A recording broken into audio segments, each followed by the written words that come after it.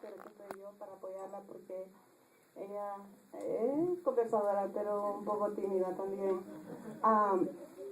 Ahorita yo quisiera llamar a la hermana Esther también y a la hermana Emma, que si quiere, que nos podría apoyarnos acá, por favorcito.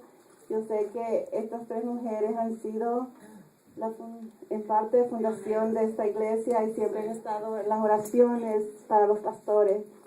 Bueno, yo sé que yo podría estar aquí toda la noche hablando de todas las atribuciones, lo que ellos representan para nosotros, especialmente para nuestra familia, hoy para todos nosotros. Lo voy a hacer corto porque sé que tenemos muchas cosas que hacer, pero yo quiero agradecerles personalmente, siempre que he tenido desafíos, retos, ellos han estado conmigo, yo les llamo. Yo soy una mujer muy privada con mis cosas, me gusta hablar, pero me gusta escuchar, porque sabemos que todos tenemos una historia, y me gusta escuchar todo lo que las personas dicen. Pero siempre en El Salvador tuvimos un reto bien grande con mis familiares, y lo primero que hicimos, vamos a llamar a los pastores, porque sabíamos que estábamos en las manos después de Dios, ellos nos apoyan. Y ahora esta placa representa el cariño, el amor que la congregación tiene para con ustedes.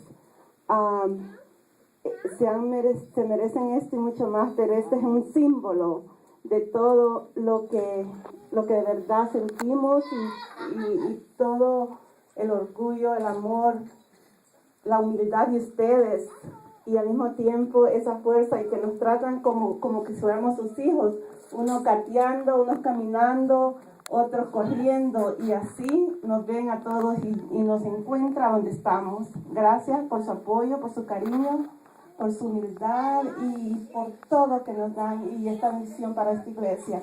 Que Dios les bendiga, hermanos.